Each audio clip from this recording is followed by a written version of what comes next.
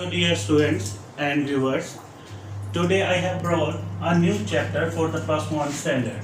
बेटा आज मैं आपके लिए प्लस वन स्टैंडर्ड के लिए चैप्टर फर्स्ट हॉर्नबिल जो किताब है उसका समराइज करने जा रहा हूँ. The portrait of a lady, that is the very first chapter of Hornbill. ये प्लस वन के लिए बेटा सीबीएसई में और written by Khushwant Singh. As we know that Khushwant Singh बहुत ही फेमस नॉवलिस्ट थे. बहुत इन्होंने नॉवेल्स लिखे हुए हैं, रियलिटी पे भी फिक्शनल पे भी.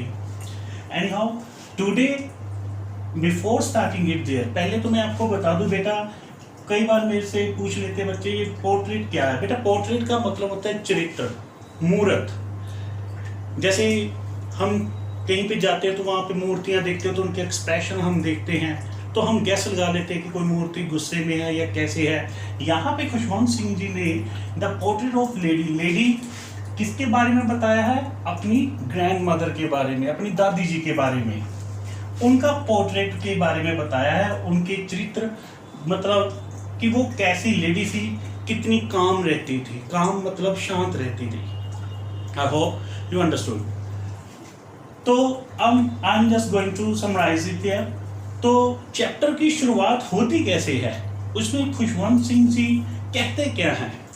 बेटा अभी भी इसको शुरू करने से पहले थोड़ी सी एक दो बातें हो जाए.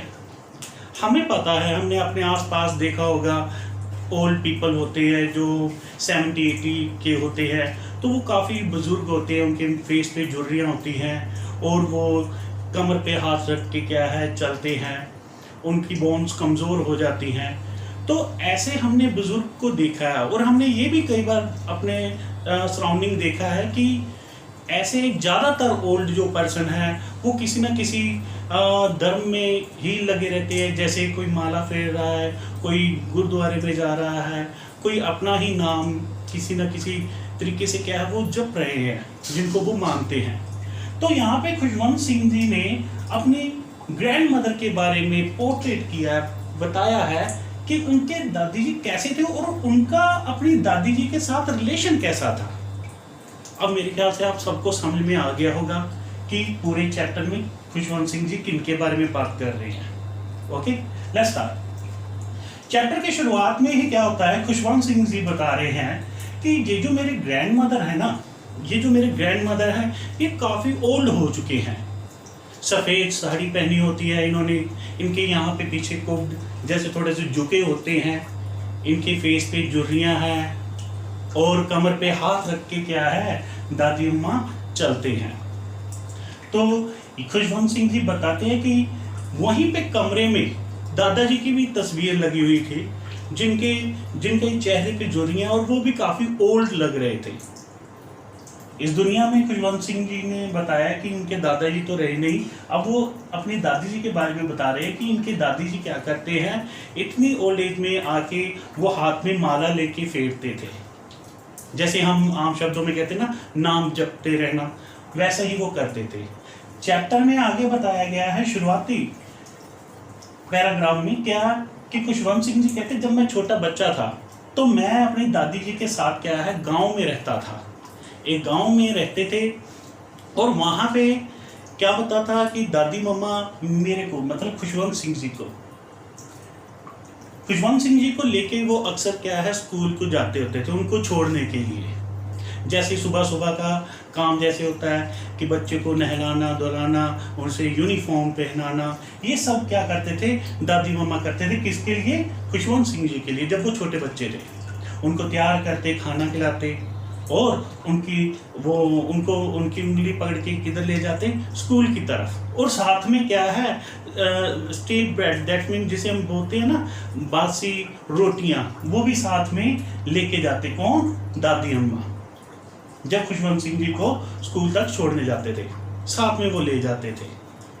अब जब स्कूल, और बहुत खास बात है, स्कूल जहाँ पे स्कूल होता था साथ में ही क्या है एक मंदिर होता था जहाँ पे दादी मम्मा जाके बैठ जाते थे और खुशवंत सिंह जी क्या है वो अपने स्कूल में जाके अपनी स्टडी करते थे, प्रेयर वगैरह करते थे. तो जब तक उनका स्कूल चलता रहता दादी मम्मा वहाँ पे मंदिर में बैठे क्या है वो जैसे हम कहते नाम जपते रहना, रिलीजियस लेडी थे, तो इसलिए वो क्या है अपने ही धर्म में खोए रहते थे। जैसे ही खुशवंत सिंह जी को छुट्टी होती स्कूल से, तो वो क्या है अपने बेटे मतलब अपने ग्रैंडसन खुशवंत सिंह को लेके घर की तरफ चल देते। और रास्ते में जो स्ट्रे डॉग्स होते थे, जो आवारा कुत्ते जिसे हम बोल देते गली में होते हैं, उनको वो क्या करते थे एवरीडे वही जो बासी रोटियां लेके आती थी दादी मम्मा, उनको डाल देती थी। तो ये रोजमर्रा के जीवन में ये चल रहा था। खुशवंत सिंह जी ने फर्स्ट इसमें यही बताया है कि जब गांव में रहते थे तो मेरे दादी के साथ इतना अच्छा रिलेशन था।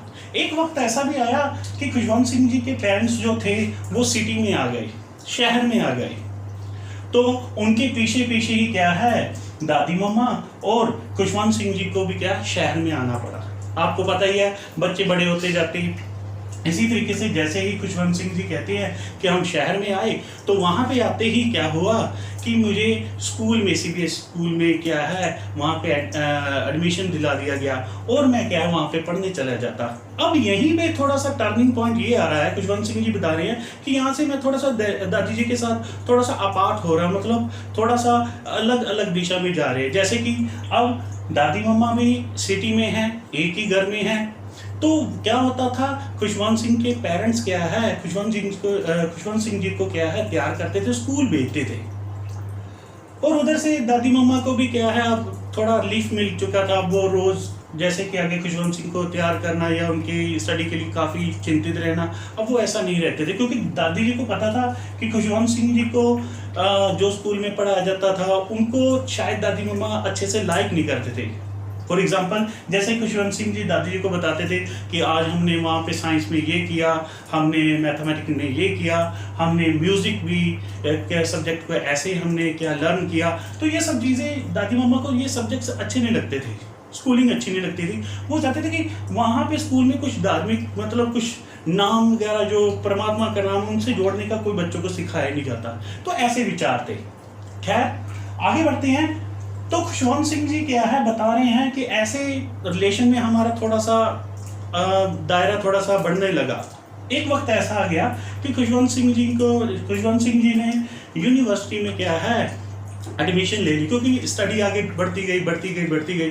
और जब यूनिवर्सिटी में इन्होंने क्या है एडमिशन ले लिया, तो पेरेंट्स ने क्या किया कि खुशवंत सिंह जी का अलग रूम कर दिया। पहले ये दोनों एक ही रूम में रहते थे, कौन, ग्रैंड मदर और खुशवंत सिंह।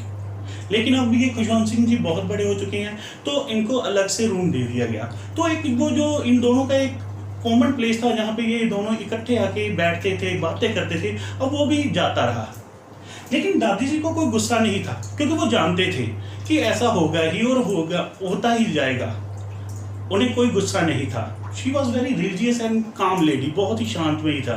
तो जैसे जैसे जीवन आगे बढ़ता गया, तो इस चैप्टर में खुशवंत सिंह जी ने बताया कि एक वक्त ऐसा आ गया जब मेरे को अब्रोड जाना पड़ा 5 साल के लिए, 5 years के लिए स्टडी बेस पे क्या है स्टडी करने के लिए, कंटिन्यू करने के लिए 5 साल के लिए अब्रोड जाना पड़ा। तो उस दिन क्या हुआ, दादी मम्मा जो थे उस दिन दादी मम्मा ने क्या किया कि खुशवंत सिंह जी को क्या है छोड़ने के लिए स्टेशन तक आए। और जब खुशवंत सिंह जी को वहाँ पे छोड़ रहे थे, तो खुशवंत सिंह जी ने बड़े ध्यान से देखा दादी मम्मा की तरफ कि ग्रैंड मदर बहुत बूढ़े हो चुके हैं। तो उनके मन में ये डर था कि शायद जब तक 5 साल के बाद मैं आऊँ तो शायद she would not live there, तो वहाँ पे शायद जीवित ना हो। लेकिन 5 साल भी बीत जाते हैं, और इस बार जब खुशवंत सिंह जी वापस आए, तो जब उन्होंने वापस आए तो अराइवल पे क्या है दादी मम्मा ने क्या है वहाँ पे उनका स्वागत किया। She was alive over there to receive her grandson. तो रिसीव किया and she was very happy. तो उनकी खुशी को देख सकते थे खुशवंत सिंह जी। और फिर क्या हुआ कि जब उसी दोपहर को जब वो खुशवंत सिंह जी को घर पे लेके आ गई, तो क्या हुआ कि दादी मम्मा ने आस पड़ोस की जो लेडीज थी उनको बुला लिया ताकि शाम को क्या है एक छोटा सा फंक्शन, जैसे कहते हैं ना कि लेडीज इकट्ठे होकर कोई गान क्रिया करती है, कोई सिंगिंग करती है, तो वो करना शुरू कर दिया। And Khushwant Singh ji was very surprise to see that कि मेरी ग्रैंड मदर तो हमेशा ही क्या है वो बीड्स माला फेरती रहती हैं, नाम जपती रहती है, लेकिन आज शाम तो इन्होंने कोई नाम नहीं जपा, बल्कि मेरे आने की खुशी में शी वॉज वेरी हैप्पी। और ये सब कुछ देख के Khushwant Singh ji he was also very happy. लेकिन बेटा एक वक्त ऐसा भी आ गया कि खुशवंत सिंह जी ने अपने इस चैप्टर में बताया कि दादी मम्मा बहुत रिलीजियस थी और जिस घर पे अब वो सिटी में रह रहे थे वहाँ पे क्या है, स्पैरोस थी, चिड़ियाँ जिसे बोलते हैं। वहाँ पे दादी मम्मा उसी घर पे क्या है, चिड़ियों को छोटे छोटे ब्रेड क्रम्स जैसे कहते हैं ना कि छोटी छोटी बाइट्स जो होती हैं रोटी की, वो डाल देती थी और स्पैरोस वहाँ पे आके उनको खाती थी। इसी बीच में क्या है, स्पैरोस और दादी मम्मा का इतना रिलेशन स्ट्रॉन्ग बन गया कि वो चिड़ियाँ अक्सर ही क्या है घर पे आती और दादी मम्मा की कभी घुटने पे, कभी शोल्डर पे, कभी सिर पे बैठ जाती और दादी मम्मा भी बहुत रिलैक्स फील करती थी उन स्पैरोस की कंपनी को।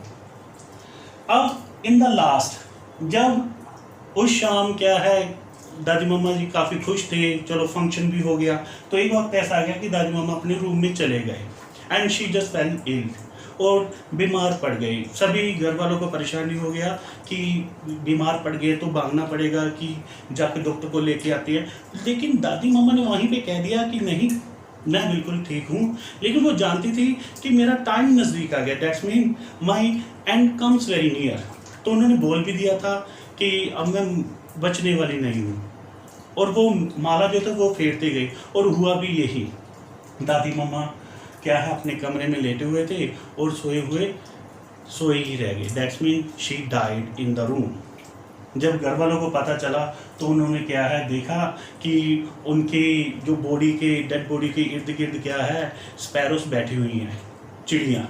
और खुशवंत सिंह की मदर आई, उन्होंने क्या है उन चिड़ियों को क्या है बाइट्स, जो रोटी के टुकड़े होते हैं, वो देने के लिए क्या है ऐसे फेंके। लेकिन किसी भी स्पैरोस ने कुछ भी नहीं खाया, तब तक नहीं खाया। तो उन्होंने तो खाया ही नहीं है, बल्कि वो बॉडी के इर्द गिर्द ऐसे बैठी रही जैसे मानो वो भी शोक मना रही हो। और जब घर वालों ने क्या किया, जब ग्रैंड मदर की डेड बॉडी को उठाया, जिसे हम कहते कि आगे जाके संस्कार करने के लिए, तो जब ऐसा उन्होंने उस डेड बॉडी को उठाया दादी मम्मा की, तो वो चिड़ियाँ भी बिना कुछ खाए, वो बेड क्रम्स जो वहाँ पे बिखरे पड़े थे, बिना कुछ खाए वो भी उड़ गई, मानो जैसे अंतिम विदाई के लिए वो भी आई हो। और यहीं पे क्या है, इस चैप्टर का एंड है। I hope all of you understood. बेटा इसमें खुशवंत सिंह ने अपनी दादी मम्मा की दादी मम्मा का जो उनका जो आचरण था उसके बारे में बहुत डिटेल में बताया। I hope all of you understood and please subscribe our channel and like ज़रूर कीजिएगा। Thank you so much.